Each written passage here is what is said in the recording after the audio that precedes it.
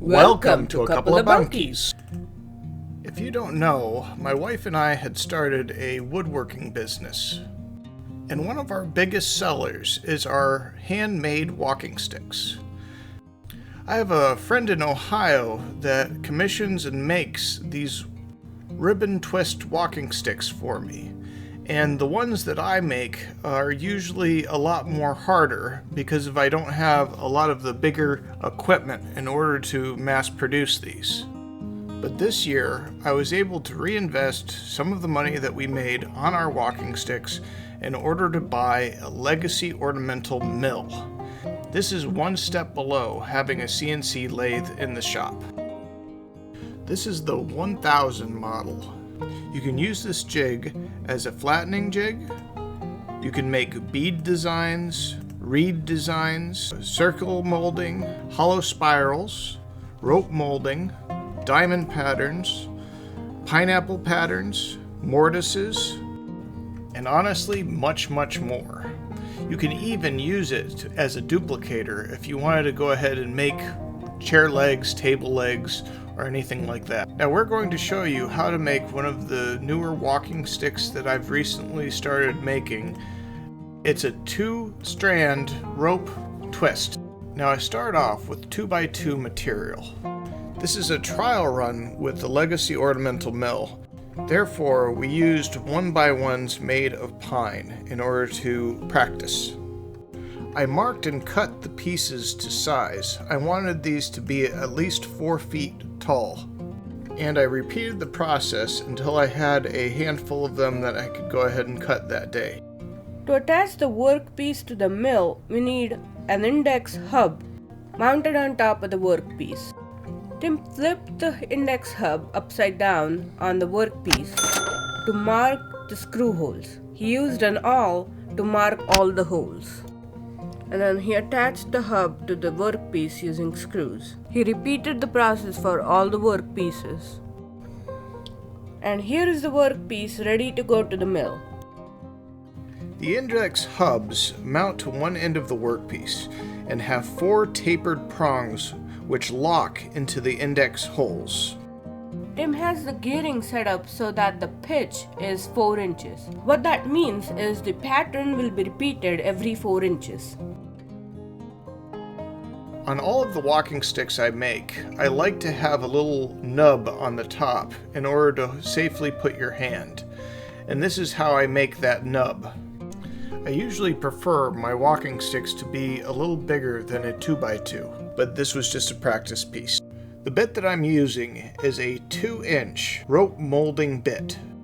Since we set our pitch to 4 inches and our router bit is 2 inches, this requires me, after one pass, to move the router back 2 inches and then make another pass. So in the same way, if I was going to do a 3-rope twist, I would have to set the pitch to 6 inches in order to get 3 passes on it, and I would have to move the router back each time 2 inches using a 2-inch bit. This video has been sped up 10 times, and it's still a very slow process, but it is multiple times faster than how we were doing it before.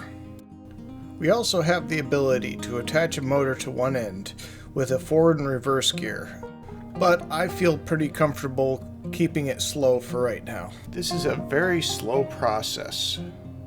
The small image on the right is me at real time turning the crank, and you can see how fast the workpiece moves. Once the router makes it back up to the point where I'd like it to stop, I move the project back to the bottom, and then I cut the chamfer to where the rubber end point goes on the cane. Now we'll take a look at the piece and head over to the bandsaw in order to cut off the head and the bottom of the walking stick. I feel that this type of walking stick or staff really fits me very well, and I think around 4 feet is a really good size for me. After I cut the top and bottom off with the bandsaw, I go ahead and walk around with it and get a good feel for how it feels walking around. The router makes a pattern on the walking stick but leaves a lot of rough areas. Tim then goes ahead and sands down these rough areas on the sander, especially the top nub and the bottom taper. This walking stick is still quite rough, but I'm going to go ahead and sand the rest by hand because of the notches in between the rope twist are very delicate and hard to get. We go on a hike every day for about 2 miles, and I take an Osage orange walking stick that my father-in-law left us. It gives me a confidence while walking in the woods over rough terrain or slippery road conditions that I have an extra stability and a foothold if I need. Initially, I didn't see a need for carrying a walking stick with me while going out on long hikes. My wife started bringing it along because she had saw a post about rattlesnakes and how well they can hide in leaves.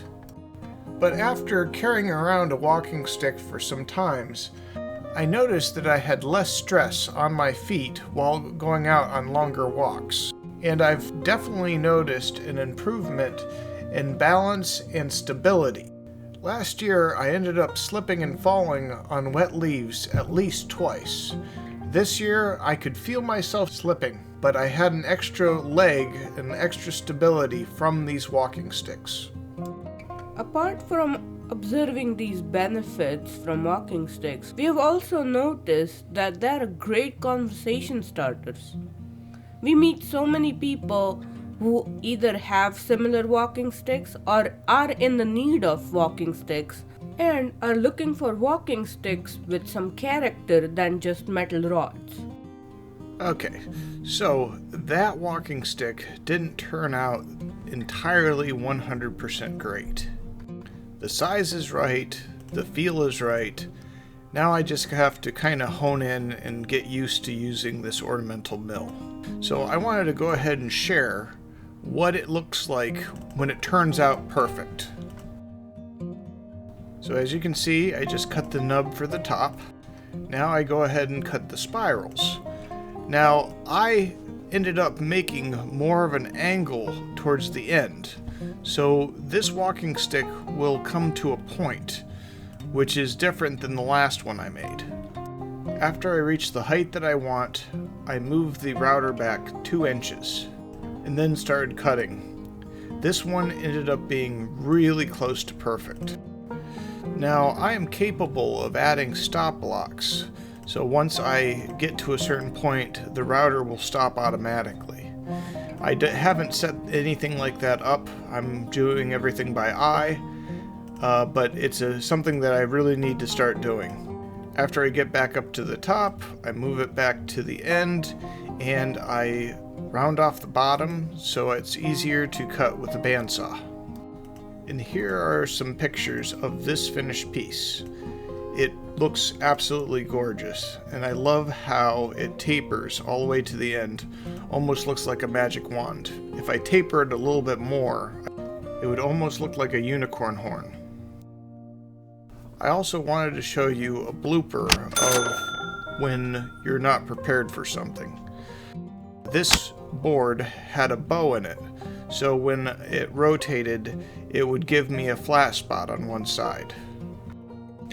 This mistake actually gave me some good ideas. You could offset the index, so when you turn it, you would have one flat side and one spiral side, or one engraved side. So then you could make trim or fancy moldings.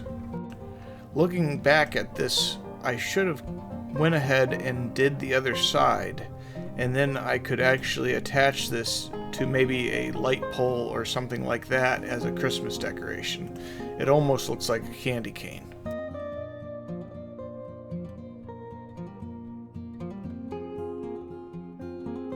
And again, thank you for watching this video.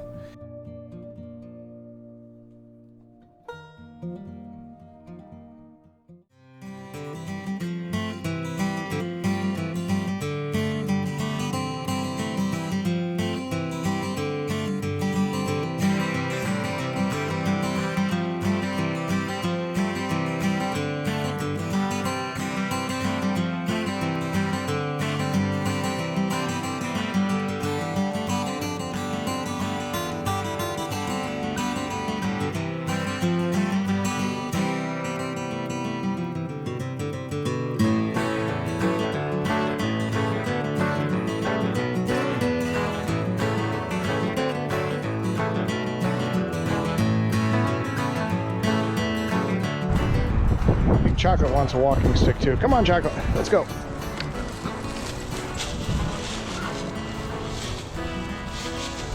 Chocolate. Come on, leave it. Come on. Oh, good dog. Good dog, Chocolate. Real good dog.